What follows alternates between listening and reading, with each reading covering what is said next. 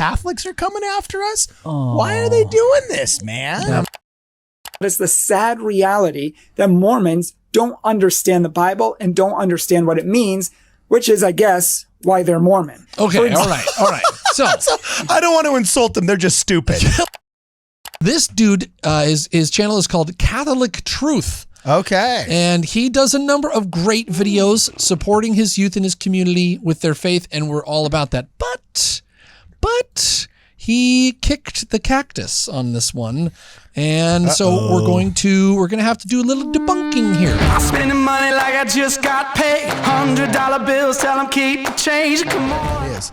This is exactly what the Pharisees and the Sadducees said about Jesus Christ. Pop a bottle, about to make it rain. Let me give you something now to celebrate. Come on. The Bible very well.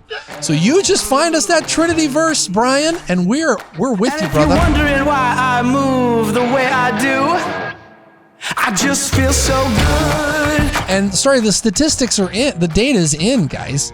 Members of the Church of Jesus Christ, despite not worshiping the Bible, despite having a much larger open canon, just know the Bible better. We just do. Right.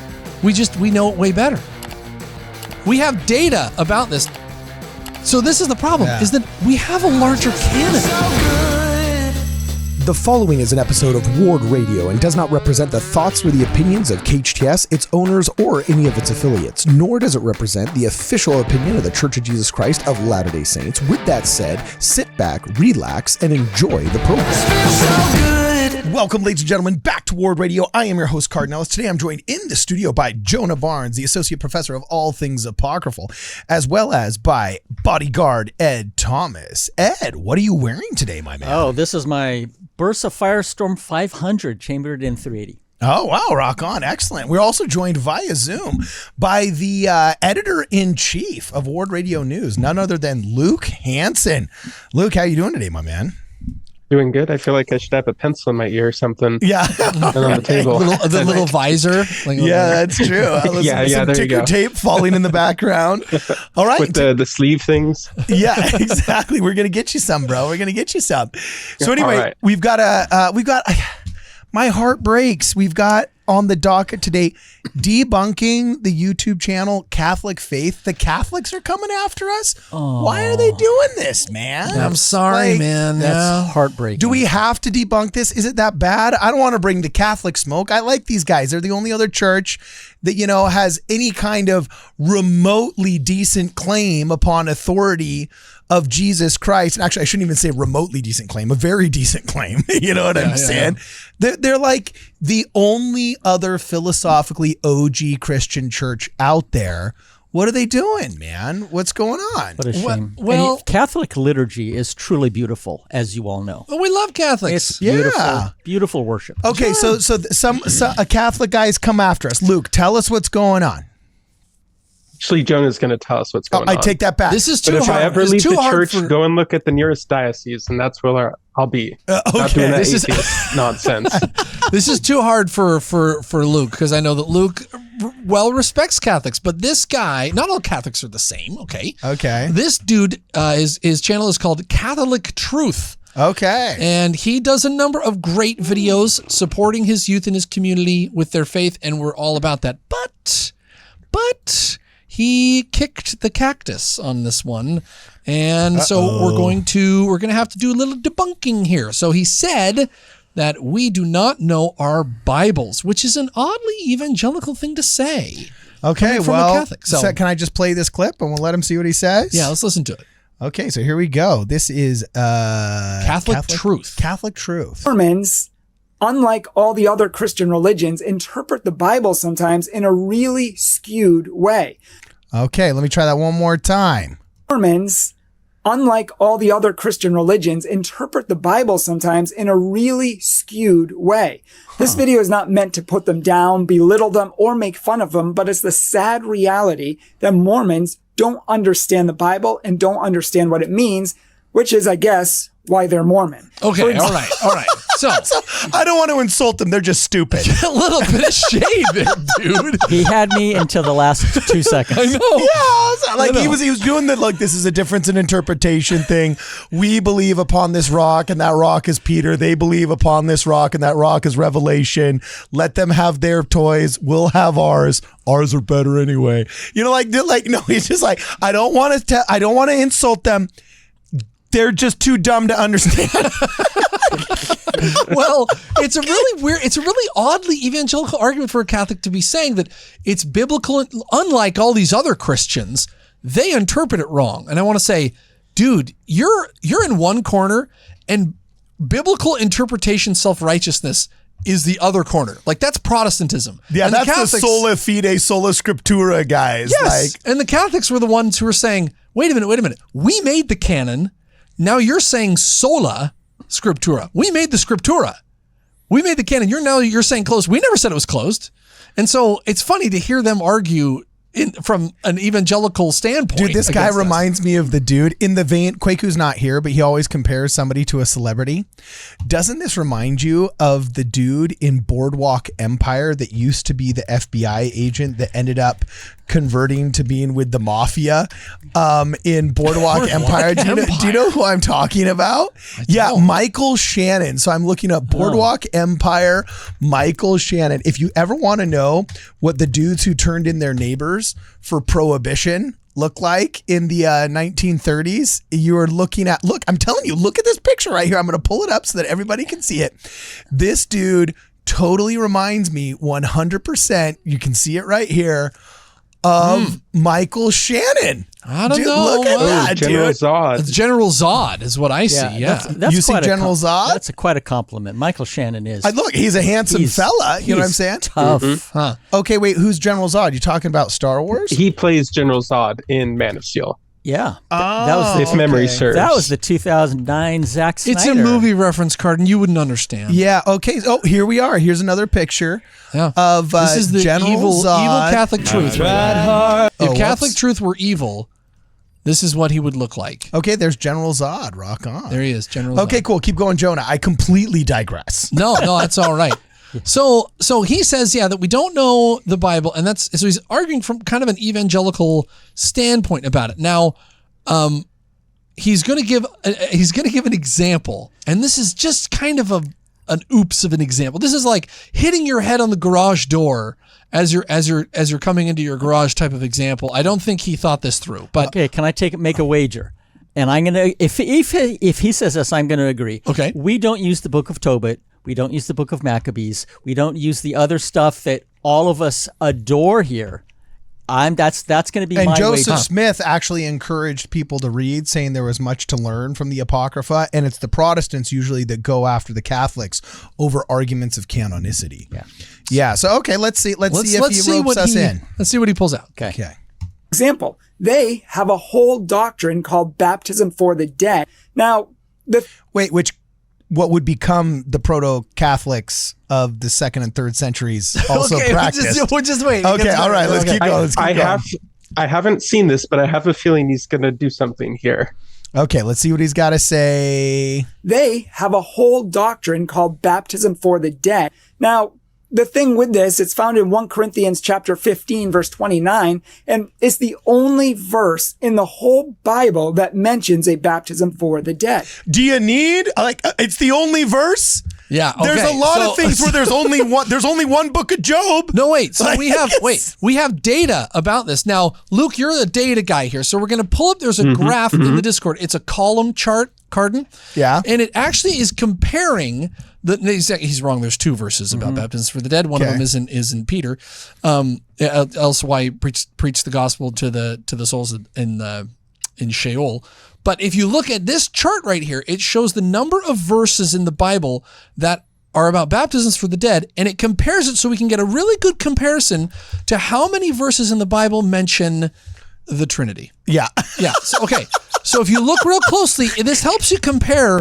So on one side of your screen is baptisms for the dead verses, and that's at 2 verses about baptisms for the dead. Mm-hmm. Now the Trinity section is the column right next to that big column right next to it is how many verses are about the Trinity. Didn't you also say there was only one verse that actually used the term sola fide? The only verse in the entire scriptural canon that uses the phrase sola fide says not sola fide. It's in James chapter 2. It says we are not saved by faith alone. That is so Irony interesting. So here's that's a Protestant thing, not a Catholic thing. No, I get that, but it's like to make the argument, well, there's only one scripture that says so. Well, there's tons of scriptures that are the only scripture that say that one thing. Yes. You know, yes. like it's yes. Now there's only one scriptural verse that says like snakes won't bite you, you know, and then of course, you know, there's only one scriptural reference to the woman taken in adultery. Oh, sure. You know what I'm there's saying? a million. It's a strange thing to say. There's only one scripture reference to the naked guy that was running out of the Garden of Gethsemane in Book of Mark. That's right. You know now we have another graph, another chart. Okay. And this one, a very scientific chart. We did this one in blue. You're going to see in blue the number of there's a lot of verses about baptism. We've highlighted the blue verses are for baptisms for the dead, and the verses about infant baptism are highlighted in hot pink. Now, if you look at the hot pink in this chart, you can see the proportion of baptism verses that have to do with infant baptism. And this is a good, I think, a visual representation. Helps us understand a little bit. Infant baptizing little babies, else they go to hell and burn in damnation hopelessly for eternity.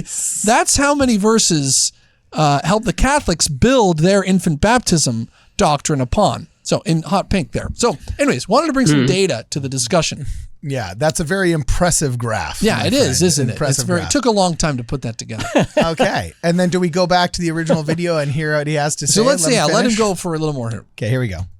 Now, there's nothing about this verse that explains it. It's just a random thing that Paul mentions in passing. It's ambiguous. Most scholars don't even understand what it means, and yet Mormons have constructed an entire doctrine around this. He did it. And he did it. Imagine. Yeah. Imagine constructing a whole doctrine. He argued like an atheist? No, he did exactly what I heard Jimmy Akin do before. And Jimmy Akin is like top tier Catholic apologist. And he explained it the exact same way that we did. No, we didn't. We're not bound to the Bible. We're not sola scriptura. We're not even deposit of faith like the Catholics. We're ongoing revelation. Right. And so Joseph Smith, Russell M. Nelson are allowed to receive information about Bible passages that everybody agrees are ambiguous and nail down what exactly they were talking about. That's allowed inside of the restored church and the restored church only. Now, So we're not constructing it on the foundation of this one Bible verse. This one Bible verse just happens to also talk about something else we never claimed that was revealed. Yeah, we never claimed to be built upon the foundation of the closed canon, which the canon that they constructed. But he's actually incorrect, because there's a second verse about baptism for the dead in 1 Peter 4, verse 6, where it says, "For this cause was the gospel preached also to them that are dead." Now, if you believe in the gospel, and that includes go ye and baptize them all in the name of the Father and Son and the Holy Ghost, then you'd be baptizing the dead. Anyways. Well, and then also he's like, it's not some obscure, ambiguous thing said in passing. It was used as a specific reference by the Apostle Paul to make a point. Else, why are they baptized? Those that are baptized for the dead. Like if I want to say that the windmill slam dunk, this is going to be a horrible example that I come up with on the spot, you know.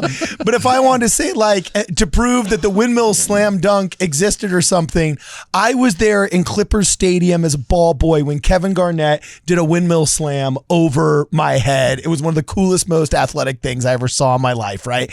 And if I were to say, else why does Kevin Garnett do, you know, windmill slams like everyone knows, like everybody knows in Clippers Stadium in 2014 or whatever, you know, like it's just because that's my one only reference, it doesn't mean that like I'm making up windmill slams. This is a horrible example, but you guys get where I'm coming from. It's like the verse where Paul says, "Else why do we baptize little babies?" Oh, wait, no, he never said that. Sorry, I got that mixed up with 1 Corinthians. He actually never said that. Yeah. So, anyways, but he goes on. Well, let's go back. We're going to go more. back and we're going to let him just hear it again so that people can understand what he's saying and let him talk for himself. Only verse in the whole Bible that mentions a baptism for the dead. Now, there's nothing about this verse that explains it. It's just a random thing that Paul mentions in passing. It's ambiguous. Most scholars don't even understand what it means, and yet Mormons have constructed an entire doctrine around this, and they baptize everybody on the planet who... Okay, now, first off, before we go into the straw man of what that is, this is exactly what the Pharisees and the Sadducees said about Jesus Christ. They said scholars cannot agree on what this crazy man in the desert is saying. Our biblical scholars, who we know are the smart and wise scribes and interpreters of the law, we say we have no spiritual dead. We are the descendants of Abraham. We're the descendants of Abraham. And then now you've got this lunatic here who's, healing people on Sunday, for heaven's sakes. Okay. Now making references to things that we know don't exist, such as salvation through him, the King of the Jews. If he were a king of the Jews, we would know because we're the scholars. This is literally an interesting appeal to authority and shows that wow. So until your scholars agree it's not real, you would have been an epic Sanhedrin member, dude. You would have been an epic Pharisee, man. Yeah, Luke? I'm gonna push the point Jonah was making even farther and pull it back at the same time. Because Jonah, you pointed out Trinity. I was actually just listening to a Catholic apologist, Joe Heschmeyer, say, well, of course, nobody could come out with the Trinity on their own from reading the Bible. It took a lot of people a lot of time to figure out and put it together the right way. So that's one part about the Bible verses on the Trinity. The next one you made was about infant baptism. We've also got all the Marian dogmas. You have to believe these to be Catholic. Perpetual virginity of Mary, Mary being assumed into heaven, yes, Mary being immaculate conception. She was also conceived without original sin and didn't sin throughout her life. Very slim. I know they point to some things, and this is what I want to recognize is that there are things that you can say point to these certain doctrines in the Catholic faith. But when you're talking about scant biblical evidence for core beliefs of a religion, celibacy? I don't see how we're in a different category from the Catholic Church. Yeah, I want to say to the Catholics, hey man, one verse. I wish you could point to one verse about celibacy or about infant baptism. Well, you can point to one verse. Things. You can point to one verse of what the Apostle Paul says about, if you can't be well married or whatever, you should be like me and single and so on and so forth. Which wasn't But in there. if you're couching your entire doctrine of celibacy on that one verse, you can't then turn around and say, look, there's only one verse that measures it, and now Mormons have developed an entire theology based off this one verse. Yeah, like an entirely celibate worldwide church. Well, yeah, but the baptism for the dead scripture comes right before the scripture on purgatory. Oh wait, no, it doesn't. That also is in the Bible anywhere. Gosh, I'm sorry. I keep mixing up the actual Bible with the creeds. I keep getting this mixed up. Ethan, we kind of have purgatory too. We do have purgatory. That's what we do. That's why the Catholics should be happy with us. Yes, the Catholics should be loving us. Yes. What is this guy doing? Thing is because these churches that affirm baptismal regeneration, there's kind of like a yes, baptism's necessary for salvation, but babies who die and also all the people in the whole world who didn't get baptized for all these thousands of years, sorry. I've looked up stuff from the top apologists, and it's kind of like, we trust God, which is yes, there's gaps in our theology too that we want to know more stuff about. So I'm not trying to bag on them for that, but don't mock us for having something that answers questions you guys don't. Right.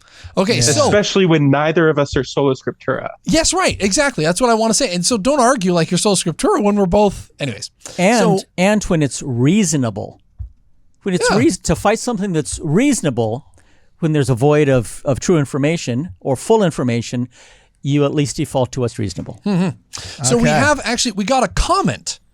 So Cardin is keen to point out, and we are all keen to point out, that statistics show that members of the Church of Jesus Christ of Latter-day Saints, despite not worshiping the Bible and not having a closed canon and having a much broader canon, actually have a greater biblical knowledge than most other Christians.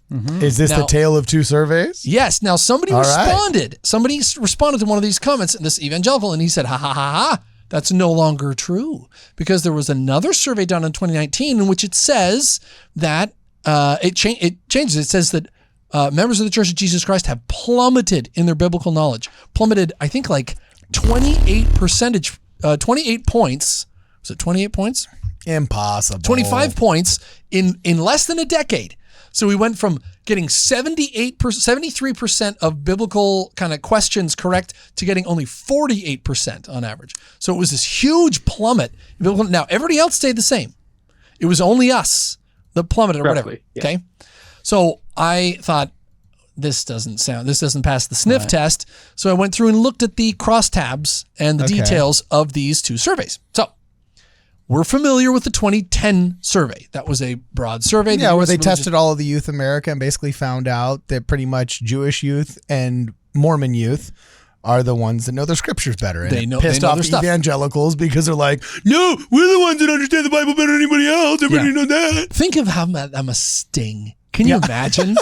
What if like evangelicals were like, actually, that's not First Nephi. You're thinking of Second Nephi, chapter 3, verse 19. Like you'd be like, oh, geez, like that'd be a slap in the face, But so the first survey in 2010 said that of their questions, we answered 7.9 correct out of 12 questions correctly, putting us the number one for biblical knowledge of all the different religious groups in America. Okay. 2019 comes around and puts us at 1, 2, 3, 4, 5, 6, 7, 8th. The only people who got worse scores than us are atheists and historically black Christians, or historically black Protestants. So we just plummet to the bottom, and you think that doesn't make sense. something about this doesn't make sense, and everybody else stays basically the same. So there's a couple problems. In 2010, they were asking Mormons. Okay. In 2019, they were asking Mormons. Well, something changed between 2010 and 2019 with the word Mormon, right? We no longer affiliate with the word Mormon anymore, okay? And so that change of affiliation, what do you identify as?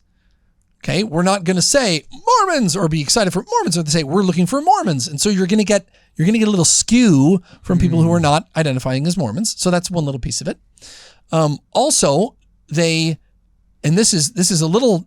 Let's see. I want to go in order here. So they had to do an oversampling because they couldn't get enough natural, random selected members of the church. Okay. And so they had to do an oversampling. Now, when you do this oversampling that they're doing, in the crosstabs they say this, we have to go out and find people and ask them, "Are you Mormon?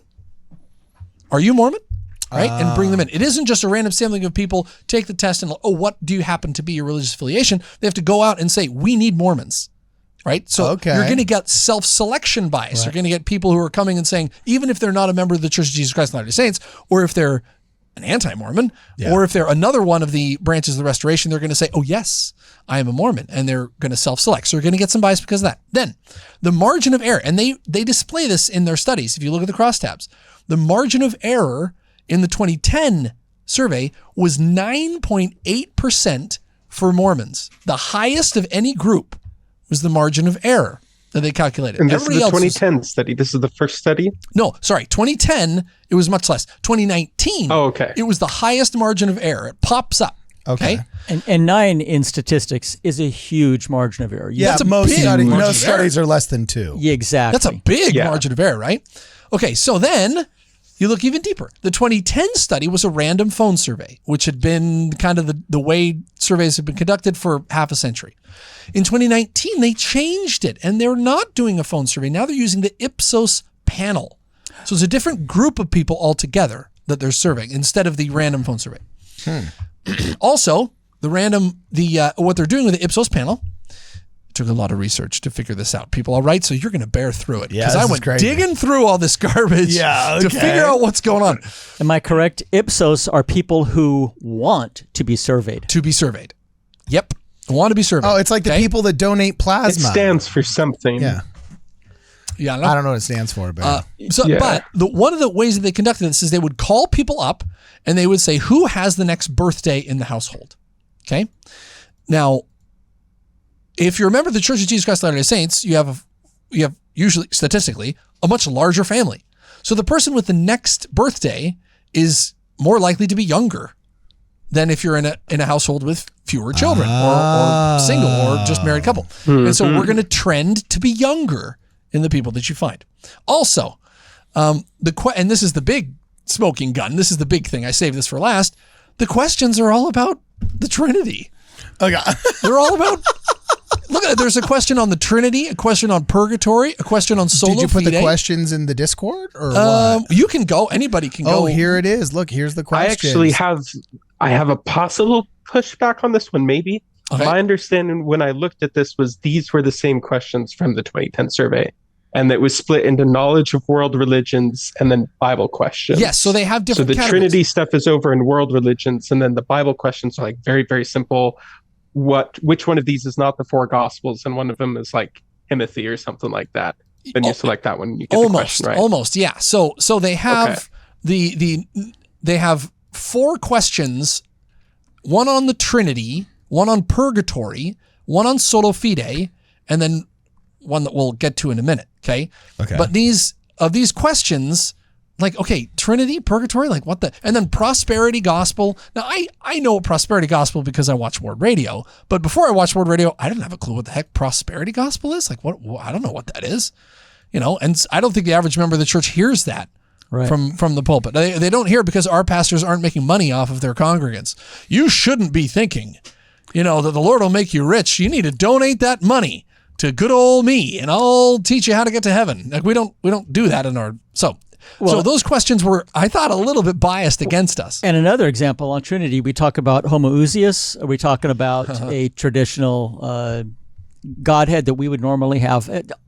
It was very biased against, I would say, our canon of vocabulary. Yeah.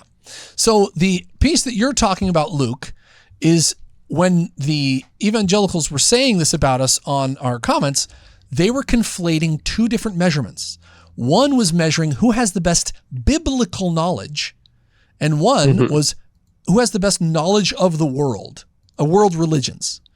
And they said, you used to be the highest, and now you've dropped. Well, no, it's because the second bucket, you're grouping in more questions. You're grouping in all 32 of the survey questions. So this is what the guy showed on his video, is what you're saying? These were the graphs that he showed on his video? No, I'm sorry. These are evangelicals in our comments section who were saying these things about us. And we have one of their comments I put in the Discord. It's a long white strip there. Who says, look up that Pew Research study from 2019. Sorry, you dropped down. Okay. But it's not true, people. It's not true. So, for all those reasons, self-affiliation with Mormon, calling people out who are Mormon, and self-selection bias, 9.8% is the highest margin of error that they have. They're using a totally different group of people, the Ipsos panel, instead of random phone surveys. They're biasing to younger members of the family because we have larger families. And they have four questions that I thought were totally Trinity, purgatory, faith alone. And then they have the last question. And this is the lowest question of the Christian groups, and Mormons did particularly poor on it. And it was, which woman is associated with escaping with her Jewish family from destruction? Mary Magdalene. Not Mary Magdalene, sorry, Mary, Mother of Jesus. And you think, okay, if you're a member of the Church of Jesus Christ, you might say, Sariah? Because she escaped Jerusalem. Yeah. But if you're not a member of the Church of Jesus Christ, you'd say Esther, or Esther, Lot's wife at least tried. I mean, a few random stuff. So this is the problem: is that we have a larger canon. So you ask us scriptural stories like, "What did Moses do?" Well, we have a whole book of Moses that you don't have. When you ask, these questions about the canon, it's like, well, we're having to read 4 textbooks. So I've actually pulled up the specifically biblical stuff, and it's in the Discord now for this newer 2019 survey. Okay, so I'm going to check out what you and that's in the general Discord, or is it in the debunking? Yeah, the general Discord where Jonah put the stuff. Okay, cool. So Jonah, you showed us kind of the 2010 knowledge of the Bible versus world religion knowledge in 2019. Mm-hmm. Yes. And now we have the 2019 survey. We are number 2 in Bible knowledge, just a hair behind within the margin of error of the evangelicals. 5.2? So they get 5.2. Yeah. We get 5.1. It looks like the next one might be a 4.8 with the Jewish population again. But you do notice, yes, you're correct.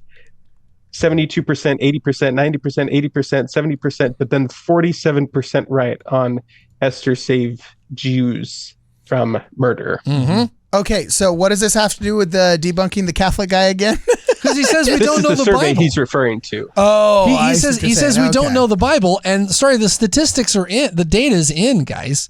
Members of the Church of Jesus Christ, despite not worshiping the Bible, despite having a much larger open canon, just know the Bible better. We just do. Right. We know it way better.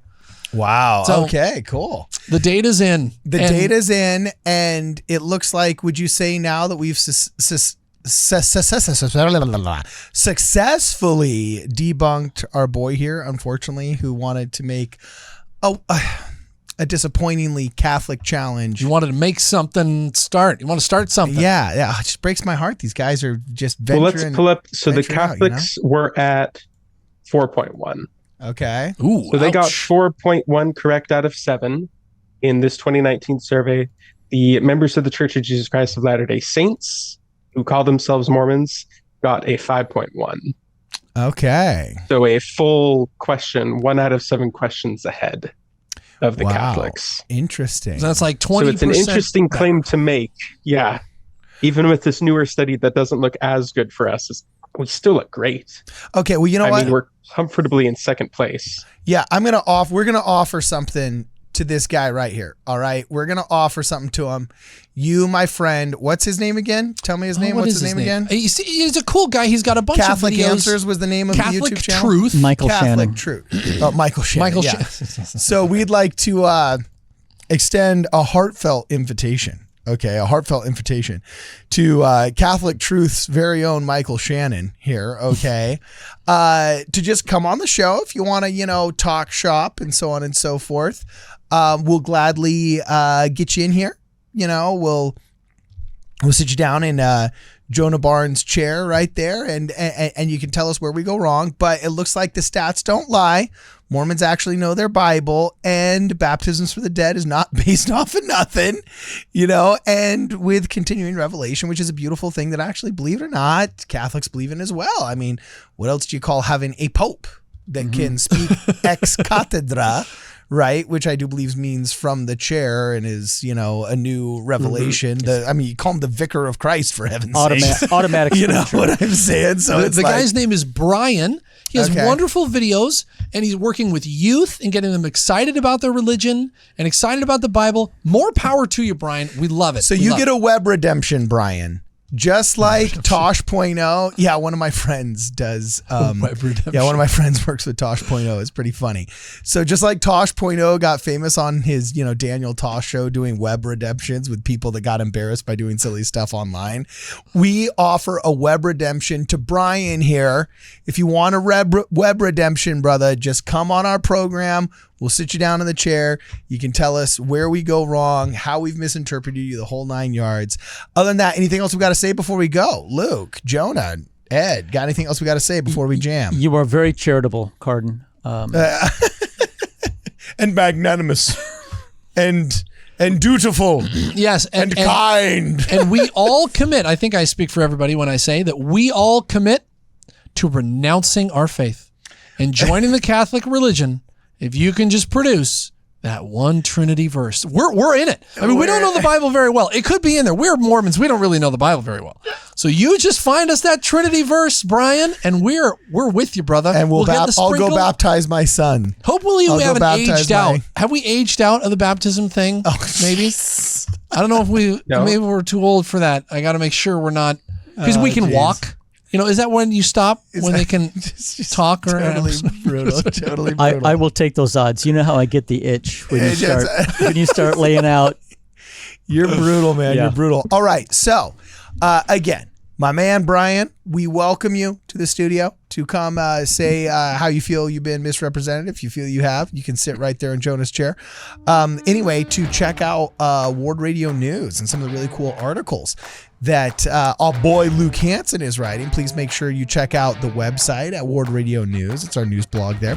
Also, if you have liked what you've been seeing, please consider a contribution on Venmo or through the Cash app.